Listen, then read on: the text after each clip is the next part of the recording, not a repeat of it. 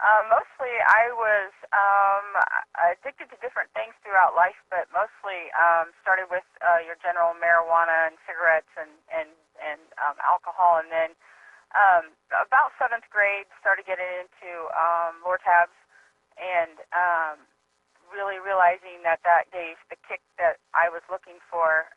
Because with me, it wasn't that it made me sleepy or tired; it gave me the boost that I needed in energy and activity level, things like that. So it started about that 12, 13 age time, and getting back then it was easy to get my hands on it. That was 30 years ago, 30 some years ago, and you could actually almost mail order them. I mean, people were able to get them. So that's my history, and as it progressed, it was more so of using prescription drugs, not just for pain, but for I worked a third shift job, and it kept me awake. And so what was happening is the more I used them, the more I had to use them to stay awake at my job, and then it just became a cycle of I couldn't work unless I had them. So that's how it all fell through. I started to realize it was a problem when I was continually having some medical issues, and the doctor continued to tell me that my liver enzymes were completely out of whack.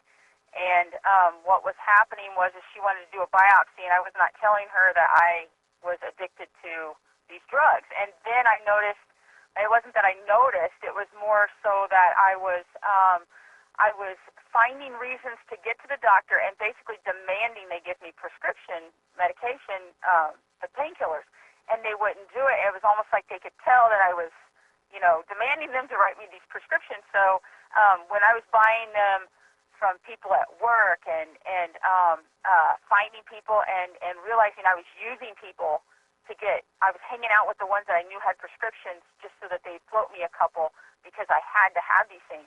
I was realizing this is a problem. This is definitely something I had to take care of. And my idea was the reason it was a problem is because I was on third shift, not because I was an addict itself. And so I was blaming my job.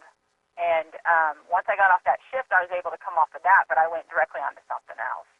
So it was, it wasn't so much just the drug; it was the fact that I couldn't control how I responded to these things and addiction itself. I would say, I could get my hands on cocaine faster than I could tabs or any of the other stuff that Percocets or whatever. I could get my hands on an 8-ball before I could get my hands on Percocet, and that, I think maybe it's more of a I don't know if it's more of a social issue that eating pills is okay, and people look at you a little different if you're addicted to that rather than having to go and get these street dealers, where so you're kind of buying off of people that have prescriptions, or I think there's a stigma attached that you're not the low life that you really are. Even though you're addicted to these things, you're just as low as the guy buying the 8-ball and cutting it up for somebody in the bathroom, and I was spending as much on prescription pain pills as I would have the completely illegal drugs, not just the cocaine and heroin and stuff. I was spending probably more on getting my hands on prescription pills. By the time I would get a hold of them, then I could have just gotten crack or something from somebody. So like my family really didn't know, and the friends that in addiction, you think you have these friends, and their goal is to make sure they have friends that can get their hands on stuff, and you just continue to feed off of each other, and they're never gonna wake up one day and say, "Hey, buddy, you got a problem," or "You're worse than me," or whatever. It's this thing that as long as you're doing it, I'm gonna do it, and if you quit, I'm gonna find somebody else who does it. And nobody ever really knew, other than the ones doing it with me, that I was hooked on them, and so hooked on them that I could, a guy at work one time would not give me one, and I needed one so bad. I was about ready to wring his neck. That's how bad.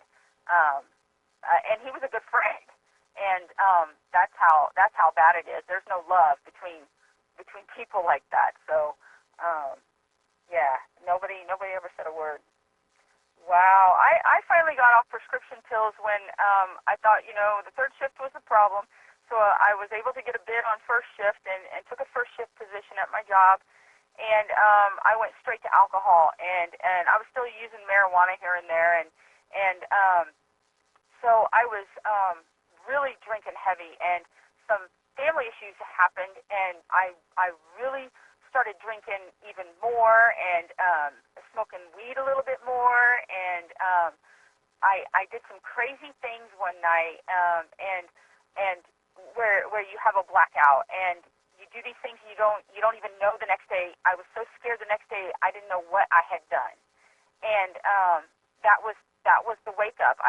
It took a week later. It took a week of drinking to try to wash that away, trying to rid my mind of, oh my gosh, you don't know what you did, and destroyed a friendship and a business partnership in the middle of that by blacking out and not knowing what I did. And that was the wake up call. That was saying your life is out of control. You are insane.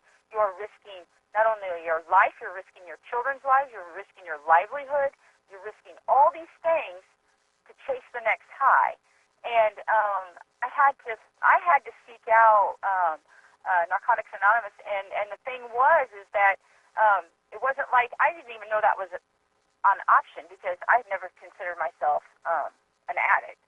So seeking something out in that sense of that I needed something that would help me, and I didn't really want to go to like a rehab or anything like that. I wanted something that really was proven to help people right away and start finding out the reasons why I do these things, these crazy things, and allow myself to go completely out of control. And the dive down deep, it took hitting rock bottom and staying there for a little while to be able to finally see that there is a way out, and there's a light at the end of the tunnel. And you got to make those steps. Nobody's going to pull you. I always expected everybody else just to pull me out, and they weren't doing it. It had to be me. So that's what it was.